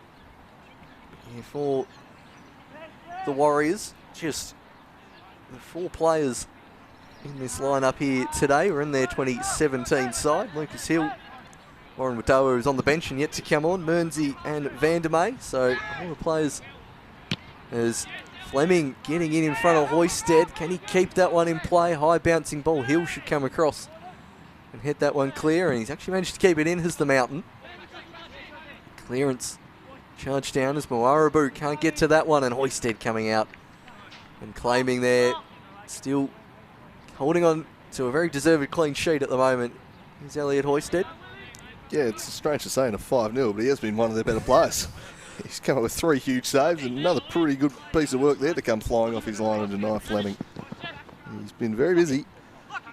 City haven't created a heap, but what they have created have been, every time they've created a chance, it's been a pretty good goal scoring one. Unfortunately, that's a pretty blatant foul there on O'Connor. The Warriors, obviously not the season they were after. A 5th place finish in the NPL, well below their expectations, but they can certainly salvage something with the Lakoseljac Cup victory. At the end of the day, if you don't win the league in 5 or 6 years' time, you're not looking back talking about 2nd and 3rd place finishes, but you will be talking about cup victories, as I think Josh Buller has just come on here for Launceston City. And with the game well and truly over there, you might as well give some youngsters a bit of a run out, but yeah, they've just been too good for them today, the Warriors. The City defence has simply been overwhelmed. And lining up for another one here is Declan Brown. He's got some support. That's some lovely work from Yost! Austin Yost! Well, he loves scoring a specky against Launceston City. Turns on the left, sweeps it home. It is 6-0. And they've scored 4 goals in about 8 minutes here. Olympia and City will just be praying for the final whistle at this point. This is delightful stuff from Yost off the bench. Turns on to the left, easy as you like. Picks out the bottom corner. 6-zip. Lovely done there from Yost. City thought they may have done enough to clear the ball, and then Yost getting that one on the left peg. Bottom corner. We mentioned in the pre-game, a little unlucky not to be in the starting lineup as Gerard just having a hopeful shot there from 45 out. Been unlucky and really now getting his chance to demonstrate why he may be pushing for a spot in that starting lineup next week. It's a big game for the Warriors. He's been one of their better players in this second half of the season as Austin Yost. It really shows why he's top at the moment as Bulls nearly charges that one down. And again is Yost winning the header against Millington and now chasing after his own ball. He's everywhere at the moment is Austin Yost. Well, he'll be buzzing about trying to stake his claim. It's going to be tough to make any changes to a team that's won in this manner, as Jake Vandermeer will be the latest to be given a rest. Looks like Ben Curtis coming on for him. But if Rob Clark does opt for just a slightly more attacking midfield setup, then certainly room for Yost. You're not going to drop anyone in the front three, but there could be a spot in the number 10 role. Maybe Mearns just sits a little deeper alongside Farrell or Marabu. It's the options Clark's got at his disposal. He's pretty much got to try and get 4 into 3 in that midfield kind of 3, doesn't he? With Marabu, Farrell, Mearns and Yost. He has to try and squeeze them into 3, and picking that might be his most difficult decision, especially with O'Connor back, taking up one of the fullback roles. Everywhere else is pretty well set. Keeper as well, Darby Randall, assuming he's available for selection next week. It'd be Oysted's, as we've seen, put on a really great show this afternoon, but 90% of the team kind of picks itself. But those couple of decisions Rob Clark will have to make, they'll be crucial coming in for next week. And it'll be a big week on the training track, I'd imagine, but geez, they'll be brimming with confidence after this display. They might not be done, as this one will just fly over the head of Mamich at the back post as they try and find a 7th. It's been a comprehensive display here from the Warriors. And City, a pretty disappointing season as far as they're concerned. They've been competitive in most of their games and avoided blowouts, but today they've rather capitulated. And I think this is a year, like many people around the world, that they'd rather forget, as that one's just put several neighbours' places back and lasted away. Yeah, I'm interested to see what happens to Launceston City. Obviously Gerard and Whitgard, their imports, stuck around throughout the pandemic and still there.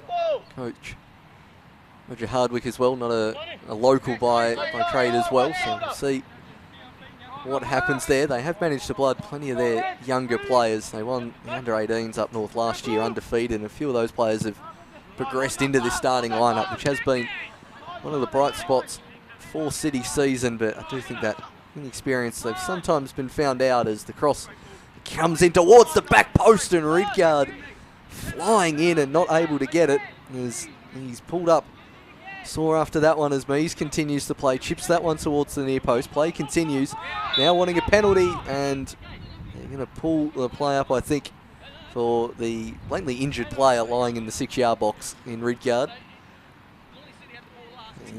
Just lying on the line there, wasn't he? He couldn't quite get on the end of this one, and yeah, just the ankle just behind him, I reckon. Dug in the studs, he should be all right to continue.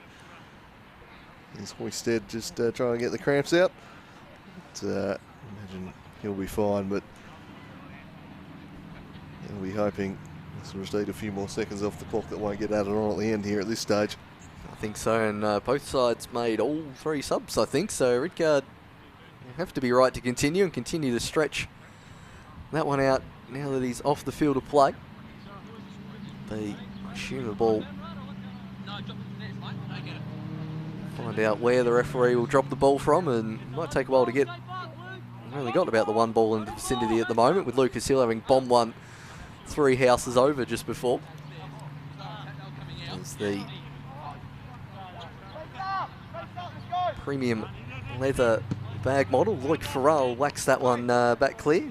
See him out doing a bit of modelling on some nice wooden boats a couple of weeks ago. Man of many talents, the French Falcon. He's many strings to his bow, as well as fantastic footballer that he has been the last 10 years here in Tassie. It's a nice bit of skill there from Gerard, and the cross, fortunately, not quite as nice. Not terribly happy with himself with that one. Yeah, he didn't quite match the silky build-up. He's won a free kick, actually. Yeah, he must have just been collected a little after he got rid of it, and a whole lot of reaction, but the game certainly over at this point. Of course, coming up next for you, following this one, the semi-final action not quite done just yet.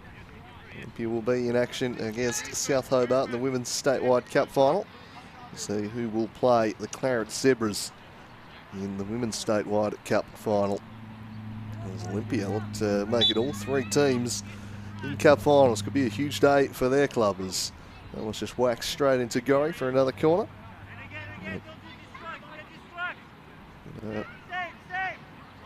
Pretty dominant team this year in the women's, the Warriors. They'll go in as red hot favourites. So Hobart will be looking to spring a bit of a surprise on them. As that one's met by the head of Mees, but he didn't get much purchase on it. And over the bar for a goal kick as we tick towards the final 10 minutes here. On the day where Olympia have emphatically swatted aside City. To storm on in to the final and set up that rematch of 2017. They'll have fond memories of that day. 4-0 I think it was overnight in the end. 4-2. 4-2, yep, that's right. It was a thumping though. Kenny Weston in charge, wasn't it? He was. Yes, he was, I believe. Yeah, very, very short tenure, but I think he did achieve that in his brief tenure, and then tailed out towards the end of the year, got thumped in the League Cup at the end of the season. That was the end of the Western era there, but I'm pretty sure he was in charge. It was the year Ian Shaw got the sack when his team were on top of the table, yep, if I recall correctly. That was the right season. I'm more just shocked you remember a League Cup result as much as your affinity for that particular competition. Well, I think that was the catalyst for getting rid of it, maybe, as this one is partly cleared, coming back down, headed away by Curtis. Well, yeah, it would be the second year in a row that a second coach in charge of Olympia were to win a cup final, having had another coach dismissed in the NPL season earlier. Some parallels, perhaps, for the Warriors there. Plenty of good omens for them indeed as Hill makes that one clear. Gardner chasing back. Yost is going to try and play the first time pass. Did not make the connection he wanted with that one. And it was Gerard trying to turn away from Yost. Certainly not the strength advantage there as Rob Gerard. Now Mees up against O'Connor. Runs out of real estate there, and no matter how often I see O'Connor wearing that 16, I still want to call him Vandermeer. Had it for so many years, didn't he? Yeah, just that last night's v Olympia Lacquer Cup game, 4-2, 2 goals to Jakob Sklenage and Vandermeer and McCarthy, whose first name I've completely forgotten, from James McCarthy from the UK, and Ethan Engels getting a double for the Knights in return. The Danny Allsop game, as some of you may remember it. That's right. Danny Allsop, Duck Engels with a brace. Yeah, I remember that one. Danny Allsop there, plopped up top in place. I think he would have replaced Nowicki back then, and did. Nowicki got the red card on the Sunday in the game beforehand in the 93rd minute. I do remember that one. And one of the stupider red cards you'll ever see in your life. 30 seconds away from a cup final, but. That prompted Allsop coming in, and they promptly decided to knock it over his head all day rather than at his feet. Yeah, I think he had about 4 touches in the entire first half from memory. They kept playing as if Nowicki was there and playing balls through the channels, and they've got a 39-year-old very good target man there and just didn't play a single ball to his head or chest. Yeah, so I do remember that one. Plenty of drama in that. He had the Foley boys in midfield for Knights that year. Well, we had the Shermanator as well, so hopefully he's learned from the tactical missteps of that day and can impart it on his current charges. Also had both the Browns out there as well. Yeah, so plenty of familiar faces. So, yeah, that was the year of the Knights giving the sword YouTube video. Yes, it was. They were a tough team, that Knights outfit. And obviously in the championship as well, we should say, at that time as well. Yeah, they were an NPL team in a championship body, really. And yeah, well, 6 goals there. Wouldn't mind 6 goals in the cup final next week either, but from what we've seen from both Olympia and Knights this weekend, it augurs well for a pretty good decider next Saturday. So if you can, do get along to KG5 for it. It'll be a cracking day of football. We got the 20s at midday, women's at 2:30, and then that one at 5 o'clock, and could be a huge day for the Olympia Warriors. Just and also Shay Hickey coming on in the 89th minute. Was that the Let Shay Play petition year as well? Oh, quite possibly. Jeez, what a year for football that was. Vintage season. There's the throw in. Coming down the line. Oh, wrestling with Yost, and he said he will end up with the free kick. As the Warriors march on into Lakoseljac Cup final. 7 minutes to go, plus any stoppage time before he decides to play. Millington chipping that one forward to Buller, but Hoyster to let that one run out for a throw-in. Just fantastic in this crazy year we have that we can still have the triple header cup final day, that Queen's birthday when it's usually on. Usually, genuinely one of my favourite days of the year, and great we can have it even late on in November. Should be a beautiful day out there, and great to get as bigger crowd as COVID will allow out there. As Brown dispossessed by Gerard. And turning out of trouble since that 6 Warriors have slightly taken their foot off the gas as Farrell coming up in a very advanced area. Well, the Frenchman, and Mamich sees that one out of play.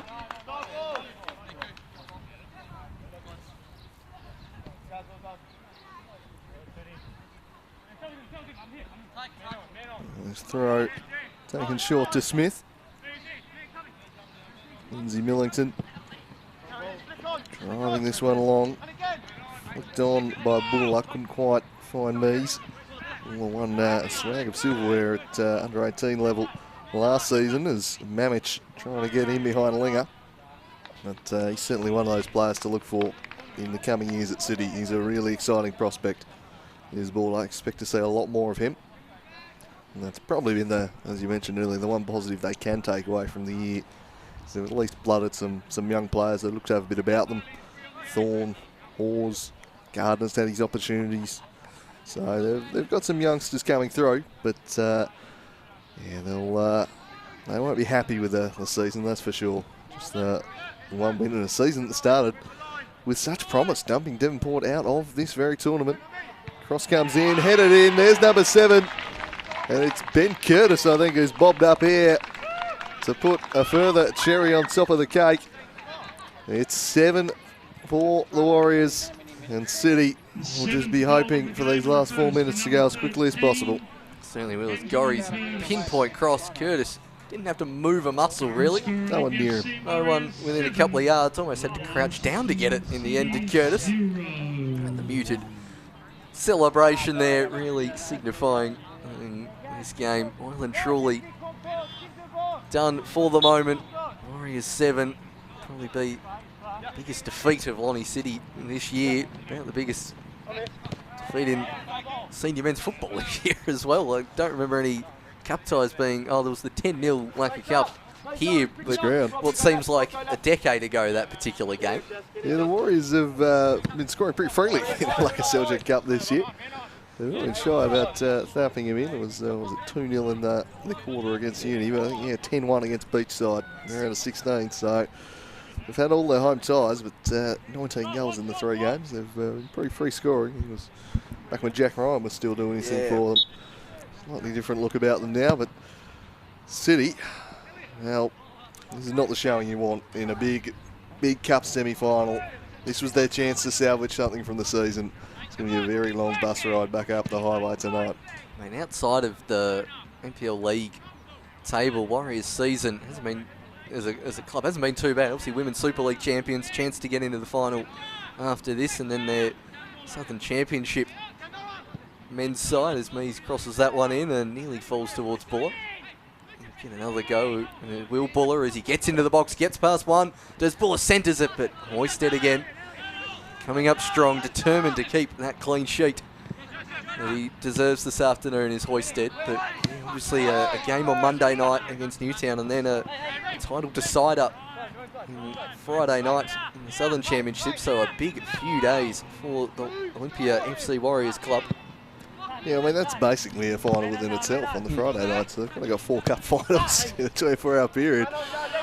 Time for the Warriors, but yeah, obviously a disappointing NPL season. But outside of that, the coming up Warriors is Jared Linger. Chips this one forward, looking for Buller, but sandwiched between O'Connor and Farrell. 7-zip. An absolute thumping. Devonport Somerset semi-final a few years ago, which might have been a 5 or a 6-0 or something, but yeah, it wasn't 7. Outside of that, I mean, it's been one of the heaviest semi-final results we've seen in the Lacquer Cup. It's even those years when Uni have made a good cup run, they certainly haven't been heavily defeated in a semi. In the 2 of those good cup runs they've made in the last couple of years. This one's driven forward. Can they find a consolation goal? Ridgard's out after this. It's Samuel Ridgard, and it's hoisted again. He makes himself big. Ridgard had acres of space. And great piece of keeping once again from Elliot Hoisted. Luke Farrell said, nah, he got this, mate. Not even going to bother. I mean, if this game was a tighter 2-3-0 if they didn't have that spell, I'd be tempted to give Hoisted man of the match here. I mean, he's played half a dozen big saves. Yes, 5 or 6 huge saves. And just look at the scoreboard and you would think at a glance that he hasn't had a great deal to do, when in fact he has, as we're nearly into the 90th minute. Well, just got some word from Chris Hay, who's just rubbishing your suggestions of a lovely day next Saturday. Reckons the forecast for 13 degrees and rain. We hope that changes in the next few days. It's meant to be 20 odd the next couple of days. I was just hoping that was just going to progress through nicely, progress a bit better than that corner kick from Lonnie City that's gone out on the full. Well, long-range forecasts are usually dodgy. Let's hope it ticks up a little nicer than that. I used to spend the day job telling tourists don't look more than 3 days in advance, so I'm going to stick to my old what I used to say at work. No, that's tropical by Tasmanian standards. Not necessarily for November, but look, it's normally pretty damn cold on cup final days. The Warriors might try and find an 8 there. Cutting it side. Oh, just clawed away by Clark. Danger not past Morabu. Didn't quite conjure his best work there as he hits the side netting. And a sigh of relief. Good save from Lockie Clark. Just keeps it at 7. A pretty tough day to be a goalkeeper in this side. He's been rather hung out to dry, I'm afraid, Lockie Clark. And he did really well there. Yeah, most of those goals come from one-on-ones or just marking in the vicinity in the case of Ben Curtis's, as we have throw in towards Mamic. Looks like we're still going to play the 3 minutes of added time, maybe a little more. We've had that many goals and substitutions in this half, as Gerard, I think he was about to line up a shot then. He was looking ambitious. As we tick down the last couple of minutes. Hoisted launching this one long. Looks like a head knock. On the far side, we'll see the play being stopped. Not far to go for the respective physios to check on their players.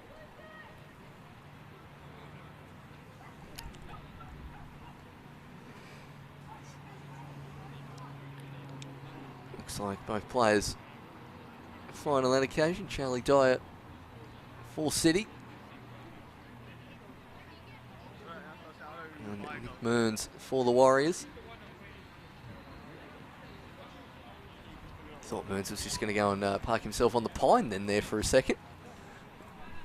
In fact, I think he might. Well, they don't really need the full 11 for the final couple of minutes. If he's feeling even slightly sore or cramped, why risk it? A massive week coming up for the Warriors. I think they can handle playing with 10 for the remainder. I think they'll hold on. I think they might just. But what a statement this has been. In a difficult year for this side. Different in the league, but as we've seen today, their best is still as good as anyone. They've got the kind of attacking weapons that can really win any match. As Ridgard, he'll keep working hard, trying to find something here for his side. He combines nicely with Mees. It's Samuel Ridgard. He's brought down and he wins a penalty. So looks like Ridgard will salvage a little something. Hoisted not overly happy that his clean sheet might be about to disappear. A rather sloppy foul, that one. But a good run this one. Played the 1-2. And then Lucas Hill just a little too forceful. Bit on the soft side, but I don't think they have too many complaints after that one in the first half. So Ridgard's not going to be the one to take it. It's going to be his compatriot, Rob Gerard. So can he step up and play spoiler here for Elliot Hoisted, or can Hoisted really pull off a most remarkable of clean sheets? Oh, of course he can. Oh, he has done it. And the rebound away. Elliot Hoisted. What a phenomenal clean sheet it was from him. He's just about been the best on ground, and his team have scored 7. An extraordinary result, this. Launceston City, well, it just wasn't their day. Can't even get the consolation penalty. That about sums up their day, and unfortunately their season.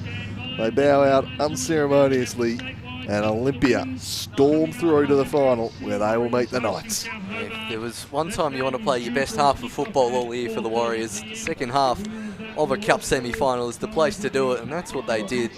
4 goals early on in that second half, really dominated the game after a pretty even first 15. Hamlet in the first half, winning a penalty converted by Van der May. It was only 1-0 at half-time, and then a real thumping in that second half.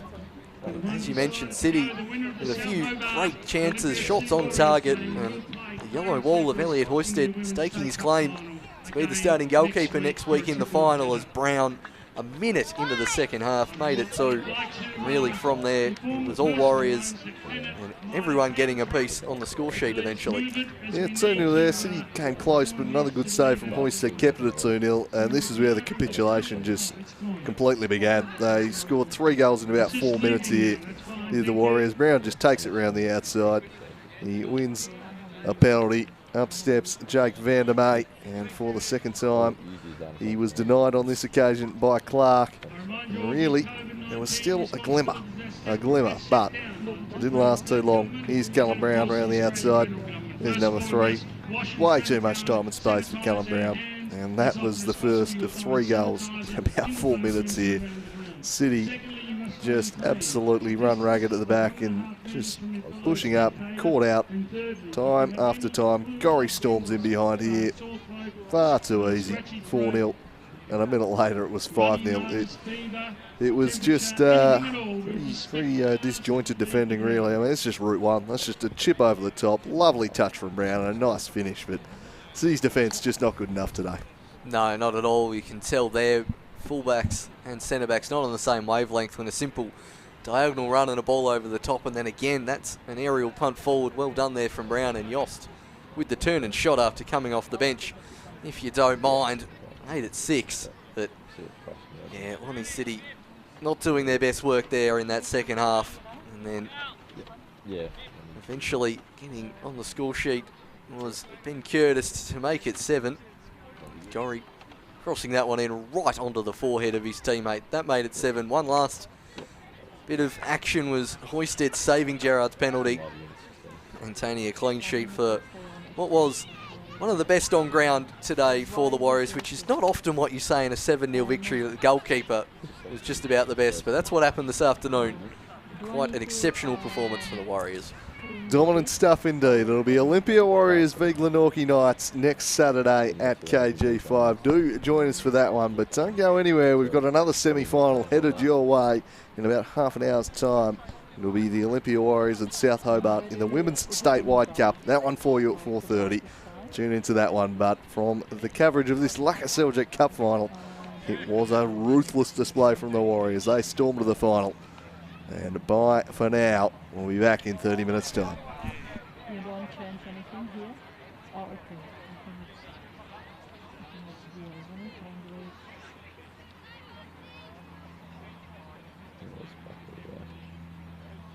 And this one? Go first. There, the ball. Still going? Yeah, one more.